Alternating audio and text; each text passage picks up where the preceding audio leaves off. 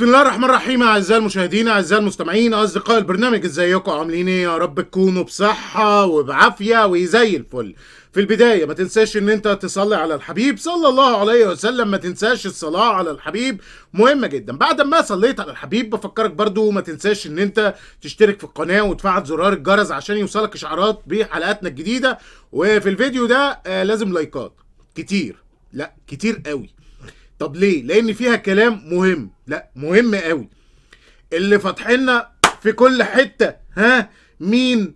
برافو عليك، الموسيقار اليوتيوبر والشلة العظيمة بتاعة قناة البليلة.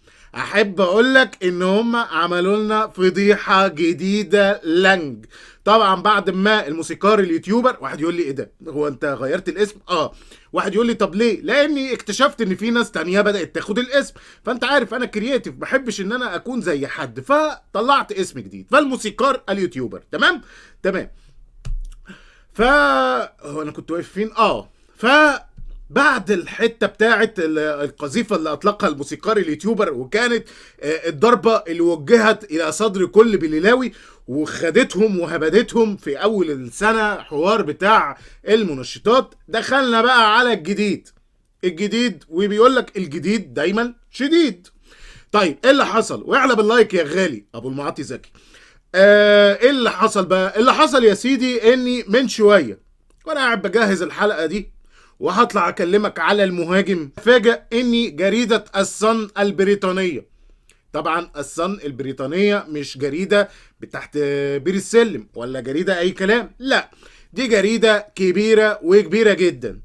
لقيتها زي ما انت شايف كده يا جدع منزله الحاجات دي، وزي ما انت شايف كده ايه بقى؟ قال لك كلاتنبرج وماذا حدث. طيب زي ما انت شايف كده، يعني كلام كتير بقى وصوره وحاطين ومش عارف ايه، ويقول لك اني نادي البليله ورئيسه هددوه باشياء خطيره، منها انه لا مؤاخذه بسكليته ومتجوز راجل. تعالى لي بقى، المقال طويل عريض فيه كلام كتير قوي. وطبعا طبعا طبعا اللي مشرفينا في كل حته واخدين نصيب الاسد كالعاده. يعني طبعا الموسيقار اليوتيوبر كان ليه نصيب الاسد في الكلام، وقال لك ان نادي البليله ورئيسه هددوه باشياء خطيره، منها انه ساب مراته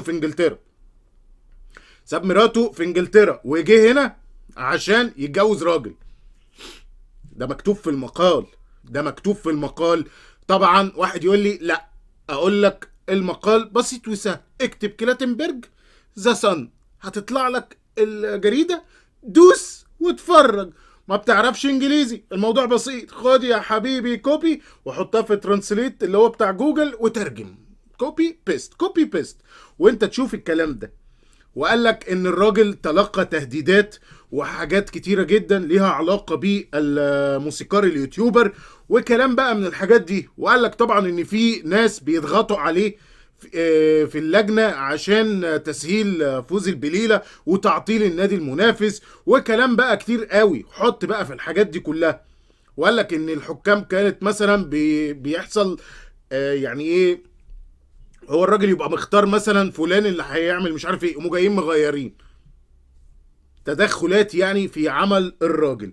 وطبعا كلام كتير قوي قوي، ولكن اختتم الكلام بان الراجل هياخد اجراءات عنيفة وهيحول الموضوع للفيفا، وان معاه مستندات وتسجيلات الشتايم والحاجات اللي حصلت من قناة البليلة والموسيقار اليوتيوبر، وبيقول لك ان هو هيفتح الملف في الفيفا. واحد يقول لي طب وايه المشكله في كده؟ لا، ما هو انت هنا الموضوع اتغير. هتقول لي ازاي؟ لاني موضوع مثلا كهرباء فده بيقول لك والله ده شأن داخلي، الكابتن الخطيب والله ده شأن داخلي. انما المره دي فده مارك كلاتنبرج، هو ليس مصريا، ده انجليزيا، وبالتالي هنا الشأن ما بقاش شأن داخلي. طبعا امبارح الناس في اتحاد الكرة طلعوا بيان ليه علاقة بالأخ كلاتنبرج، وتحس إن هو بيان اللي هو إيه، حد بيفركش مع صاحبته، عارف أنت اللي هو سابتني ومشيت من غير ما تقولي. قالت لي مش عارف حاجات كده، تحس والله ان واحد ايه يا جماعه اسباب البتاع، فبدل ما تشوف اسباب منطقيه لا لقينا اسباب والله تصنف ضمن واحد وخطيبته، واحد وصاحبته، واحد عايز يخلع من خطيبته، حاجه كده، اصلي سابتني ومشيت وانا كنت قاعد، حاجه كده، سافرت وانا ما كنتش اعرف. قلت واحد شتمها فانا قلت لها هجيب لك حقك، طب ما جبتيش ليها حلوه، قال لك والله اصل انا ما عرفتش اروح مش عارف فين، مش لما اجيب حق انا الاول. فبيان يعني بصراحه يعني جامد جدا. النهارده في اجتماع هيبقى بين وكيل الاخ كلاتنبرج مع اتحاد الكوره، بس اعتقد الناس لسه ما شافوش البلوه اللي موجوده على ذا صن يعني البريطانيه، فلما يشوفوها مش عارف بقى هيعملوا ايه. طبعا انتوا محتاجين تظبطوا الدنيا، لان طبعا الموضوع هيبقى فيه مشكله. فيعني ننتظر بقى وكيل الاخ كلاتنبرج مع اتحاد الكوره. طيب ده الموضوع الاولاني، تعال نخش على الموضوع التاني، وهو جوستافو دا سوزا، ده اللي هو لاعب البرازيلي المهاجم. اقدر اقول لك ان بنسبة 95% ده مهاجم النادي الاهلي الجديد. واحد يقول لي عرفت منين؟ طيب نخش كده على الترانسفير ماركت ونبص نلاقي ان النسب بتاعته معدية 89 وانت طالع مع النادي الاهلي، زي ما انت شايف كده اهي في الجنب اهي موجود النادي الاهلي ونسبه 89 والسهم طالع.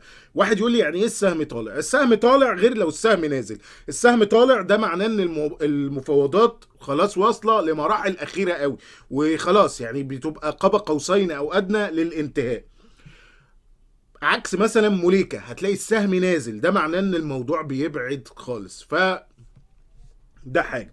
طيب هل ده مهاجم نقدر نعتمد عليه ونقول والله انه مهاجم كويس؟ والله تعالى نتكلم على يعني زي ما بيقول لك ايه الراجل ايه نظامه. الراجل ده عنده 28 سنة، هو مهاجم ويعني برازيلي، 188 سنتي، طول فارع، جسمانيا قوي. لعب الموسم ده 69 مباراة، في ال 69 مباراة جايب 27 جون وعامل 10 اسيست. طبعا كارقام ارقام كويس، يعني ارقام كويسه. ده بيقول لك ان الراجل يعني في الماتشات يا اما بيجيب اجوان يا بيعمل اسيست، ليه تواجد وتواجد خطير جدا.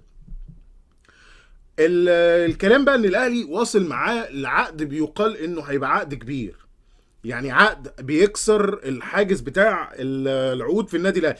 بس خلي بالك هو بيكسرها في الخباثه. واحد يقول لي يعني مثلا انت علي معلول بياخد 1.5 مليون، ده اعلى فئه. هل انت هتمضي مع مثلا ده باعلى من كده؟ لا، بس انت حاطط له مميزات كتيره جدا تخليه يطلع بعقد خرافي. بمعنى ايه؟ والله لو طلعت مثلا هداف الدوري بتاخد كذا، ايه لعبت مش عارف كام ماتش بتاخد كذا، عملت والله كام اسيست بتاخد كذا. حاطط له بونص كتير جدا جدا يخلي العقد بتاعه ممكن لو الشروط دي اتحققت يعدي الاتنين ونص، مثلا يوصل ل3 مليون دولار في الموسم. فطبعا هو رقم كبير. طبعا اللاعب لو تفتكر احنا كنا اتكلمنا عليه من فترة كده وقلت لك ان هو كان عنده مشكلة. المشكلة ايه؟ مادية، ادفع لي، هو عايز رقم معين، والاهلي كان ساعتها يعني، بس انت طبعا رجعت المفاوضات، وده طبعا بعد ما انت ما نجحتش في موضوع موليكا. وخلي بالك وانا هنا بقولها لك، انا مش متضايق من ادارة الاهلي ان هي ما عرفتش تخلص موليكا، لان الارقام كانت عليت قوي بقى، دخلت في سقف عالي قوي، واداره النادي الاهلي مش هتقدر تدفع الرقم ده. انت كنت واصل ل 4 مليون وممكن توصلها ل5، بس لما تتكلم بقى ب6 و7 كده الرقم بيبعد قوي، يعني في ظل طبعا انت بتتكلم بقى مثلا اضرب في 30، فالرقم بيبقى رقم مهول، رقم كبير جدا، فالموضوع طبعا بيتصعب. فهنشوف جوستافو دا سوزا ده يعني ايه، تقدر تقول ان هو خلاص قاب قوسين او ادنى بيخلص مع النادي الاهلي. طبعا امبارح كان يوم الاقالات العالمي، كل المدربين او كذا مدرب امبارح خد السكه. طبعا ابرزهم الاخ بروف جيزفالدو فيريرا خد السكه وطار، وعندك كمان طارق العشري طار، وايهاب جلال طار، واحمد سامي طار. كل بقى الناس دي كلها هتلاقيهم بقى ايه بيتشقلبوا، كل واحد مكان التاني، يعني اللي مشي من هنا يروح هنا واللي راح هنا يجي هنا. الا طبعا السيد ايهاب جلال هو الوحيد اللي مش هينفع لانه مسك فرقتين الموسم ده، فايهاب جلال الموسم بتاعه خلاص خلص. اما بالنسبه لطارق العشري واحمد سامي فاعتقد ان الموضوع هيحصل شقلبه، احمد سامي يروح سموحه، طارق العشري يروح سيراميكا. طب والبروف لا هيروح على الفيفا يشتكي بقى. طبعا البروف احنا منتظرين بقى ايه الشكوى بتاعه المستحقات في الفيفا، فده بالنسبه للبروف. فكل واحد هيطلع على حته. ايهاب جلال طبعا هيريح الموسم ده خلاص، لانه كان في فرقتين. طارق العشري بقى واحمد سامي اعتقد هيحصل تبادل فيريرا الى الفيفا عشان يعني بتاع. طبعا امبارح الاهلي بالفوز وصل ل 37 نقطه، وكده بقى في المركز الاول، والدنيا حلوه وتمام قوي. طبعا امبارح كان في احداث كتيره في المباراه بتاعت النادي الاهلي. عايز اقول لك ان خالد عبد الفتاح خد احسن لاعب في المباراه، ودي حاجه عظيمه جدا. خالد عبد الفتاح عامل شغل كويس مع الاهلي، صفقه قويه جدا، فحاجه كويسه. الناس سالت برضو هو كهربا ما لعبش ليه؟ كهربا عنده اجهاد في الضمه، فعشان كده ما لعبش، عنده اجهاد. بس الراجل كان حاطه تحسبا لاي ظرف ممكن يحصل، ولكن الحمد لله ان انت ما احتجتوش. فده بالنسبه لعمنا كهربا، والاهلي كده 37 نقطه. عايز اقول لك ان امبارح خساره الزمالك في المحله حطت الزمالك في موقف مش حلو. انه دلوقتي يعني لازم الماتشات اللي جايه لازم يكسبها. طب ليه لازم؟ ده لو حب ان هو يلعب في دوري الابطال، لان خلاص كده الاهلي ضمن انا كده في دوري الابطال، بصرف النظر عن المباراتين الجايين ايا كانت النتائج، فانا كده كده خلاص ضمنت، انا كده كده المركز الاول، فانا كده كده ضمنت. عندك ماتش الزمالك مع فيوتشر اللي جاي، لازم الزمالك يكسبه. طب ما كسبوش، يبقى كل عام وانتم بخير، باي باي، مفيش دوري الابطال. يبدا بقى يشوف الحوار بتاع الكونفدراليه. وعندك كمان بص بقى انت ايه، بتتكلم في المقاولين، بتتكلم في مش عارف ايه، وكذا نادي تحت خلاص قريبين، فالدنيا مشتعله، الدنيا مشتعله على منافس الكونفدراليه. واحد يقول لي طب هو احنا هنحسب الكلام ده ليه؟ ما هو الدوري ممكن يخلص في شهر 7. بس انت مثلا الكاف هيجي لك يقول لك في شهر 6 اديني الفرق. فانت ماضي على اللائحه اللي بتقول لك والله ان احنا الدور الاول زي السنه اللي فاتت كده، الدور الاول هو المقياس. هتيجي تبص تلاقي الاهلي في الصداره، كده كده خلاص هو في الصداره. عندك بقى فيوتشر وبيراميدز، واحد فيهم هيبقى معاك في دوري الابطال، وممكن بقى الزمالك يلحق مقعد كونفدراليه وحاجه، ده لو اي فريق بقى كعبل ولا حاجه. بس يعني هنشوف بقى الدنيا ماشيه ازاي. فده بالنسبه لخساره الزمالك امبارح. على فكره خساره تعتبر كارثيه بكل ما تحمله الكلمه. وده بقى خلي بالك قرب كل الناس ليه. يعني انت مثلا المحله خلاص بقى قريب، مش عارف الاتحاد بقى قريب، كل الناس بقت قريبه، فخلاص يعني وثبت مكانه كمان في المركز الخامس غالبا ولا السادس حاجه كده. فيعني دي حاجه كنت عايز اقولها لسعادتك. طبعا النادي الاهلي هيسافر يوم 28 عشان كاس العالم للانديه، هتطلع يوم 28 ان شاء الله عشان كاس العالم للانديه. خلاص انت كده الدوري خلاص خلص بماتش امبارح بالنسبه لك، خلاص خلص. هيتاجل لك بقى ماتش ولا اتنين اللي هم اللي باقيين دول هيتاجلوا. وطبعا نهائي الكاس اللي انت المفروض كنت تلعبه مع فريق بيراميدز كل ده هيتاجل ويستنى لحد ما تشوف النظام. بس كده انت بنهايه الدور الاول، فانت بطل الدور الاول ايا كان نتائج الاخرين ايا كانت. خلاص انت كده حسمت الدور الاول، انت البطل بتاعه. فارق بينك وبين الزمالك لحد دلوقتي 11 نقطة، ولسه الزمالك طبعا معرض ان هو يشيل اكتر. خلي بالك امبارح عينوا اسامة نبيه وقال لك والله معاه محمود فايز، وجي بعد كده محمود فايز قال لك والله ما اعرف الكلام ده، انا ما مش معاكم، انا بره. الفكره بقى في ايه؟ الفكره ان انت في ماتشات الزمالك اسامه نبيه معهوش الرخصه اللي هي البرو، مش معاه، وبالتالي فانت في ماتشات الزمالك مفيش حد هيبقى كوتش على في ارض الملعب. هما الفكره بقى كان مثلا في فايز ان فايز معاه الرخصه دي، انما غالبا مفيش مدرب مصري معاه الرخصه دي، وبالتالي فدي ازمه. انت مثلا هتلعب ايا كان اي ماتش افريقي ما عندكش واحد كوتش موجود. طب اسامه نبيه والناس دي هيبقوا قاعدين في المدرج، فدي خلي بالك يعني ازمه كبيره جدا. هم مش واخدين بالهم منها، هم يلا يابا اديله اي حاجه وخلاص، بس ما خدوش بالهم من الحوار ده.